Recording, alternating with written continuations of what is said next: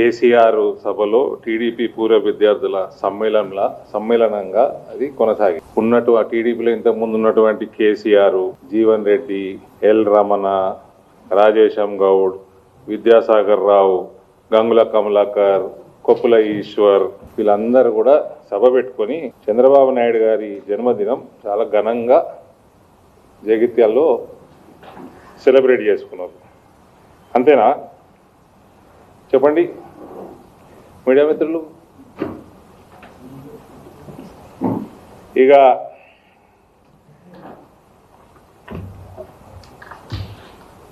ఈ మధ్య ఓటీటీలలో సీరియల్ వస్తాయి, మంచి మంచివి, కొత్త కొత్త సీజన్లు వస్తాయి. 2 సంవత్సరాలకి సీజన్ వచ్చినాక మళ్ళీ 1-2 సంవత్సరాలు గ్యాప్ ఇచ్చి షూటింగులు చేసి కొత్త సీజన్ వస్తుంది. అట్లా కేసీఆర్ కూడా సంవత్సరంన్నర తర్వాత బయటికి వెళ్ళింది. నిన్న కేసీఆర్ సీజన్ నెంబర్ 8.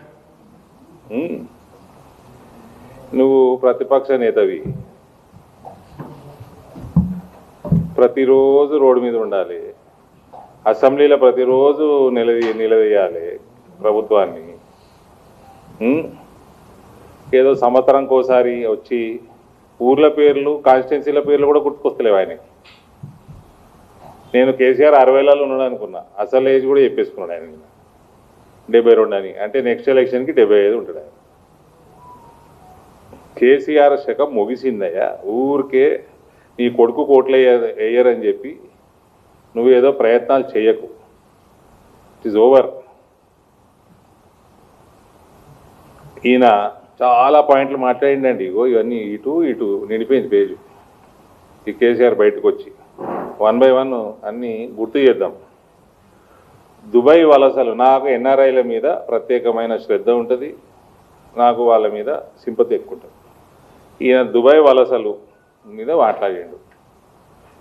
ఈయన ఎన్నిసార్లు, లక్షల సార్లు వలసలు ఆపుతా, వలసలు పోయిన వాళ్ళని వాపసు తీసుకొస్తా అనేక పొంకనాలు కొట్టాడు కేసీఆర్. 2 చేసిండు, 2 వలసల్ని వాపసు తెచ్చిండు, వలస పక్షుల్ని. ఒకటి కేటీఆర్, ఒకటి కవిత. ఇక్కడ పునరావాసం ఇచ్చిండు. ఈ 2 తప్ప కేసీఆర్ ఎన్ఆర్ఐలకి ఎలగబెట్టింది ఏమీ లేదు. తెలంగాణ దోసుకొని ఈ 2 వలస పక్షులకి బాగా మేపిండు. ఇది ఈయన వలసదారులకు చేసిన సేవ. మళ్ళీ వచ్చి పొంకనాలు కొడతా ఉన్నాడు ఈయన. ఇక ప్రణయ్ భాస్కర్ గారిని గుర్తు చేసుకున్నాడు, దాడి అన్నాడు. దాని గురించి తర్వాత వస్తా.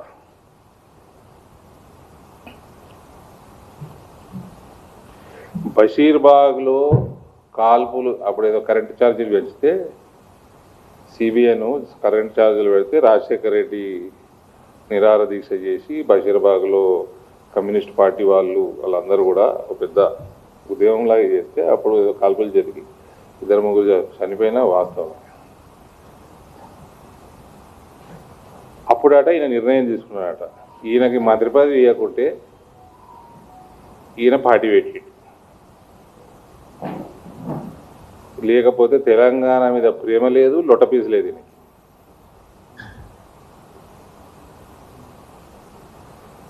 ఉస్మానియా స్టూడెంట్స్, కళాకారులు, ప్రొఫెషనల్స్ వీళ్ళందరూ కలిస్తే, అన్ని పార్టీలు కలిస్తే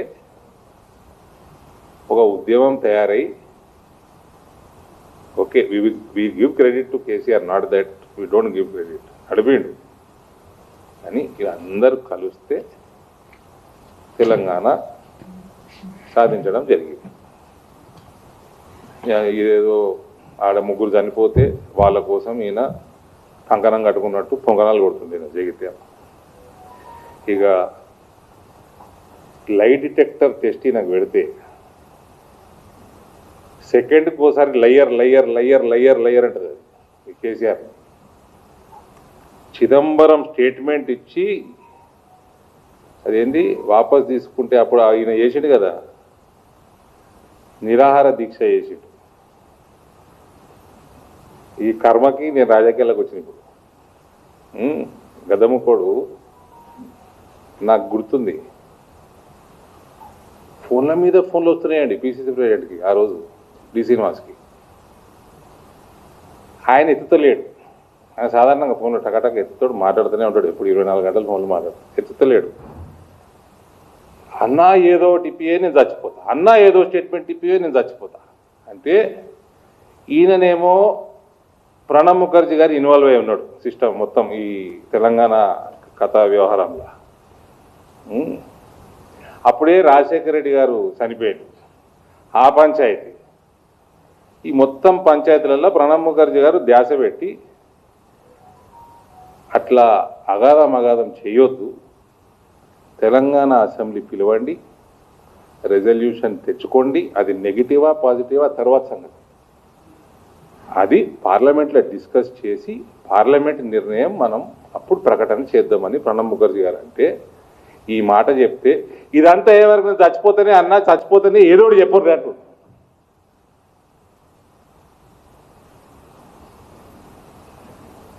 చచ్చిపోతే నీ బాధ్యత, చచ్చిపోతే సీనన్నా నీ బాధ్యత అంటే మన ఆయన చూడనీకే గంభీరంగా ఉంటుండే కానీ మనసు చాలా సున్నితంగా ఉండే.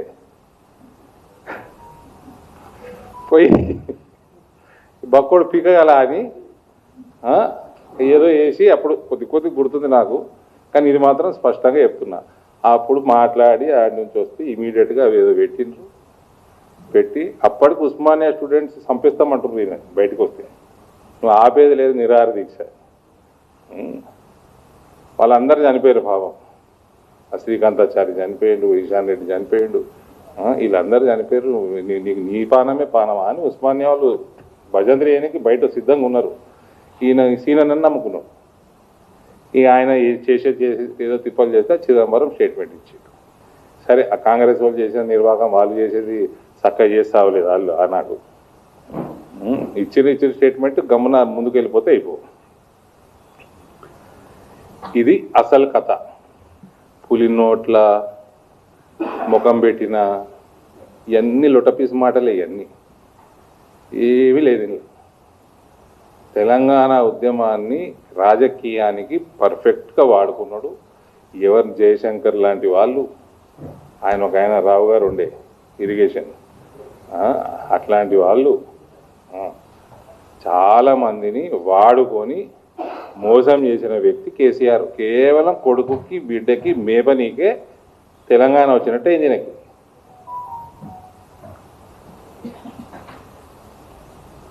ఇక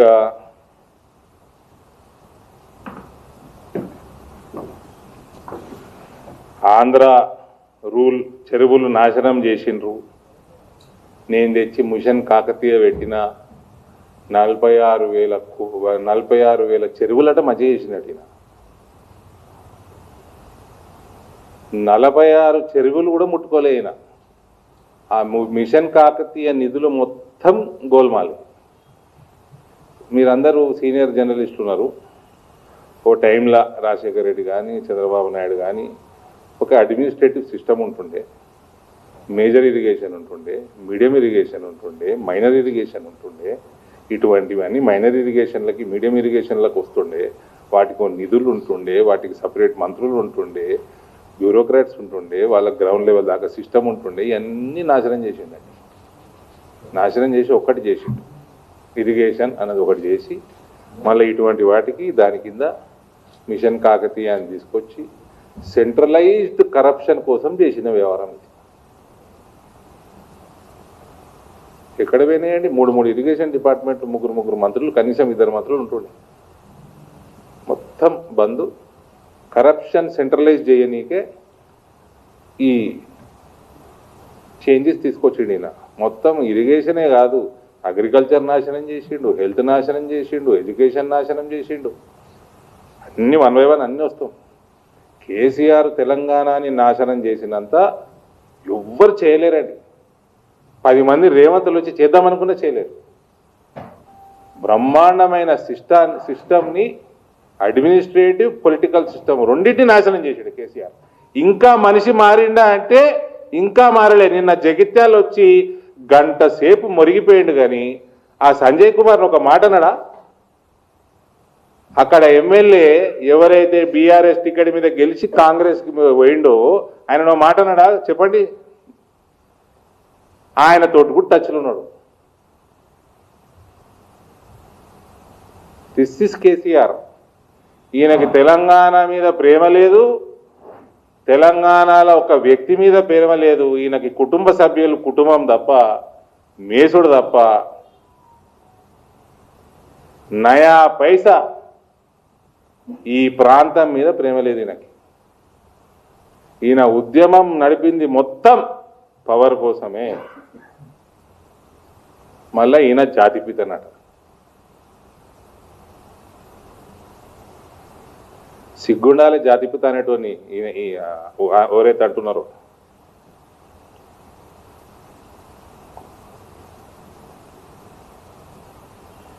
ఇంకోటి ఏంది, మిషన్ భగీరథ. ఈ చెరువులది మిషన్ కాకతీయ, ఇప్పుడు మిషన్ భగీరథ. అసెంబ్లీలో నేను ఓటు అడగాల, కొంగరక్కలాలని అన్నట్టున్నాడు. అది డిజాల్వ్ చేసి 2018 2 వారాల్లో వచ్చేస్తున్నది అన్నాడు. ప్రతి ఇంటికి 2 వారాలు అన్నీ అయిపోయినాయి, పైప్ లైన్లు అయిపోయినాయి, అన్నీ నల్లిప్పుడే అన్నాడు. నల్లిపితే నీళ్ళు వస్తాయి అన్నాడు. నిన్న జగిత్యాల వస్తున్నాయా ఇప్పుడు అని అడిగితే నా దగ్గర నేను ముఖ్యమంత్రి ఉన్నప్పుడు వచ్చినాయా లేవా అంటే ఒక్కటి సపోర్ట్ చేస్తలేడు. 1000 మంది ఉన్నారు ముందర. ఆనాడు రాలే, ఈనాడు వస్తలేవు.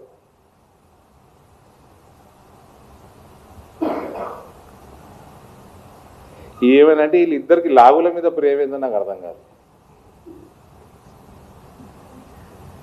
ముసలోడికి లాగుల మీద ప్రేమనే, ఇప్పుడున్న ముఖ్యమంత్రికి లాగుల మీద ప్రేమనే. ఒక లాగుల తొండలంటాడు, ఇంకోటి లాగులు వాళ్ళేదాకా కొట్టాలంటాడు. ఈ లాగుల ఏందో మీకే తెలియాలి, నాకేం తెలియదు. కేసీఆర్ చచ్చిపోవాలి, ఎవరు చచ్చిపోవాలని కోరుకుంటలేరు. కేసీఆర్ మాకు ఎంటర్టైన్మెంట్ ఎంతో అంత ఉందంటే పాలిటిక్స్లో నీ వల్లనే ఉంది. దయచేసి ప్రపంచ స్థాయిలో డొనాల్డ్ ట్రంప్ తోటి ఉంది, రాష్ట్ర స్థాయిలో నీతోటే ఉంది ఎంటర్టైన్మెంట్. నువ్వు 100 సంవత్సరాలు బతకాలి, ఇంకెక్కువనే బతకాలి. బీఆర్ఎస్ సావు నువ్వు చూడాలి, బీఆర్ఎస్ సావు చూడాలి. నీ కొడుకు బిడ్డ జైలుకు పోయింది చూసినావు, కొడుకు పోయింది కూడా చూడాలి. అటువంటి కోరికలు కోరుతాం కానీ మేము నువ్వు చావాలని కోరుకోము. నువ్వు నీ గ్లామరు ఎప్పటికీ బతుకుండాలి. దరిద్రం పోయేదాకా కేసీఆర్ కొట్లాడుతూనే ఉంటాడట. ఏం అవసరం లేదు కొట్లాడు. 2 ఎయిర్ టికెట్లు నీ కొడుకుకి బిడ్డకి వాపస్ అమెరికా పంపించి ఎయిర్ టికెట్లు కొనిచ్చే దరిద్రం పోతుంది. ఇద్దరిని పంపించేస్తే చాలు, తెలంగాణకు పట్టిన దరిద్రం పోతుంది. వాళ్ళకి బిజినెస్ క్లాస్, ఫస్ట్ క్లాస్ ఇప్పించేయి. వాడు సంతోష్కి, హరీష్కి ఎకానమీలో పడాయి. 4 టికెట్లు ఇప్పించేయి, దరిద్రం వదిలిపోతుంది తెలంగాణకి.